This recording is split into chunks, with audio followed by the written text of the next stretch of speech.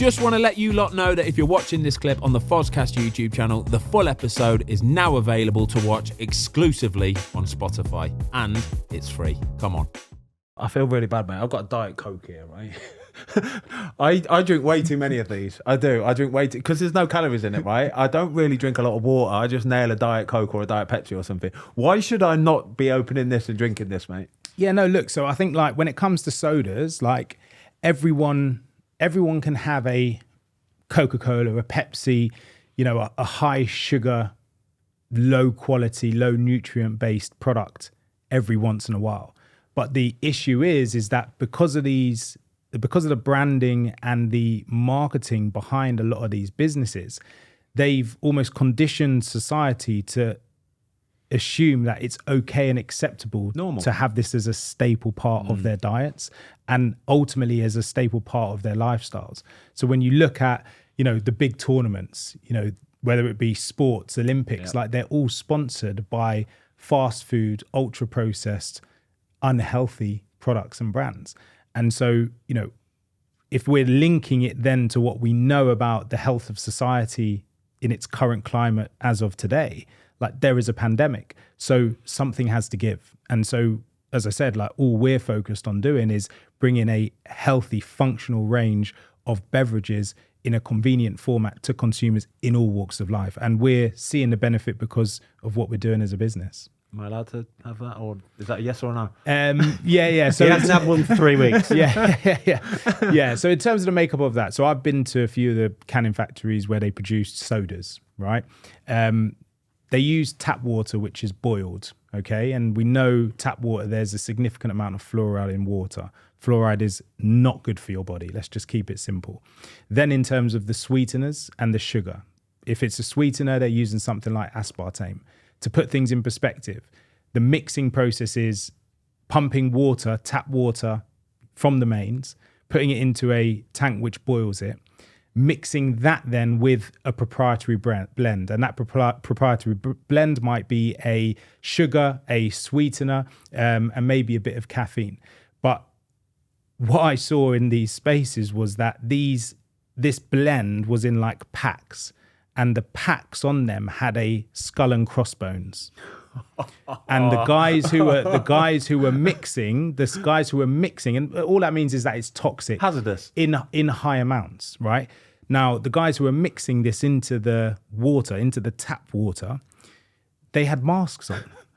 So again, this is my point around God. Like what we're consuming, we don't really understand where it's come from and the makeup of what it is. Now, again, that's in high doses, right? So basically it's saying like, please don't eat this pack of 1 kilogram blend, right? Because it is hazardous. But it's in a tiny amount. Maybe there's less than a gram inside of that. But this is back to the point. If you consume that multiple times a day, 3 cans a day or something, over a 10-year period, all of a sudden, like you're consuming a significant amount of toxic ingredients into your body. So for me, like I'll have a Coca-Cola every now and then, like as an enjoyment, right? As a treat, but I'm not drinking that like morning, afternoon and evening, which is unfortunately like the norm for a lot of people in society. Can we talk about the like operating in a business world? Obviously football is a business world, but a corporate world compared to football. Do you have that kind of footballer tag where people will kind of tarnish you with it? Oh, he's a footballer, he's an ex-footballer, and kind of treat you differently. Have you experienced that at all?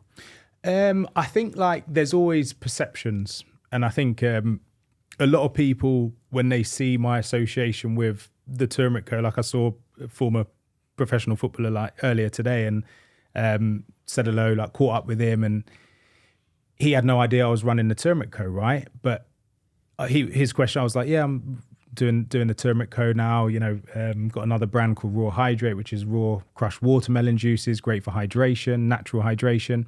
And he was like, oh, what do you do there? And I was like, yeah, no, I own it, like that, I run it. And so I think a lot of people don't realize like my involvement in the business. So maybe they think like I'm a bit of an ambassador, bit of a front man. Front man for it, which again, when you look at a lot of sports association with businesses and with brands. Like that is typically what it is. They may be a founder, but they've got a team running it.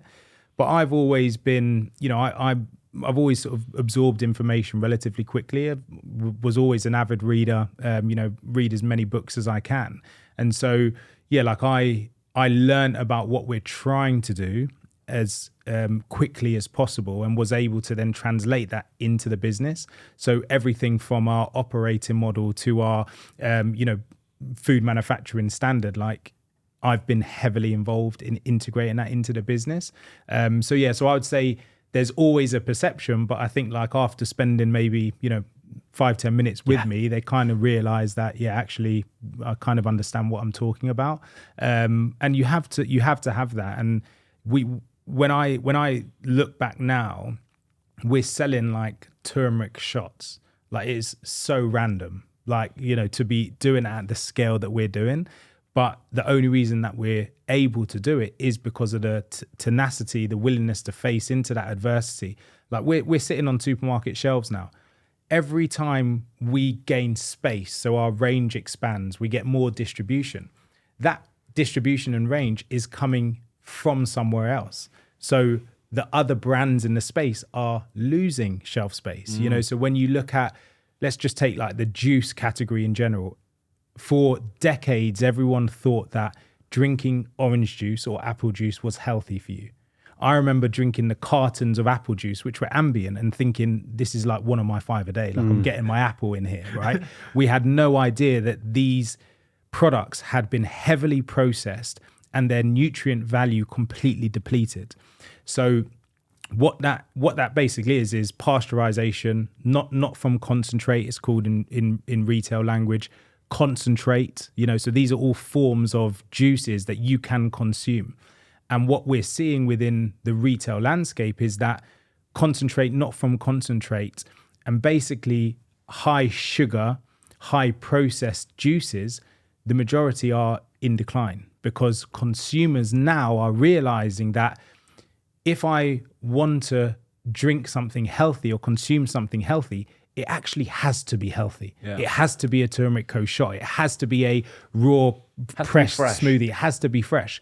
Whereas if I then want to drink something, i.e. juice, an apple juice or an orange juice, and I won't name the brands, but you just can imagine the orange and apple juice brands that we all grew up drinking, I may as well actually just really enjoy myself and drink a Coca-Cola because it's having the same impact from a sugar profile perspective and a nutritional perspective. It's interesting with the juices. I was watching I think it was on Netflix a few years ago. It was like a sugar documentary. And the way they broke it down is how you talk about the Diet Cokes of the world. And it's like one every now and then is fine, isn't it?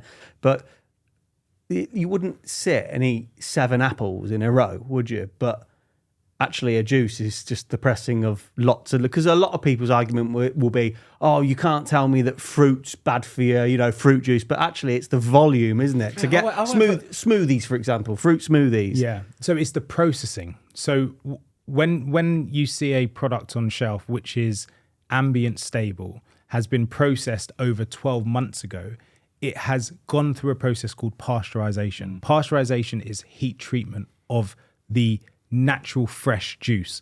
What that does, that extends the product life of it, right? So that means that they can sell it 12 months down the line. How long has that can of Coke, how long has that been in there? That liquid? I could figure out from the batch code with my laptop, but I would say at least 12 months. Already sat in there. And so that has been through, if you imagine, that's been through various different distribution temperatures. That might have passed through parts of Asia or even passed through like somewhere like the GCC, UAE, where it's warm in the warehouses. So it's going through all of these different variations while sitting in that can, which is obviously, lined with obviously plastic, which over a long period of time will, obviously be exposing microplastics to it. So I won't go off too topic, but I would say like these types of products in 100 years' time will be nowhere to be seen. Thanks everybody for watching. We hope you enjoyed this clip of the Fozcast. If you would like to watch the full episode, it is now available exclusively on Spotify for free.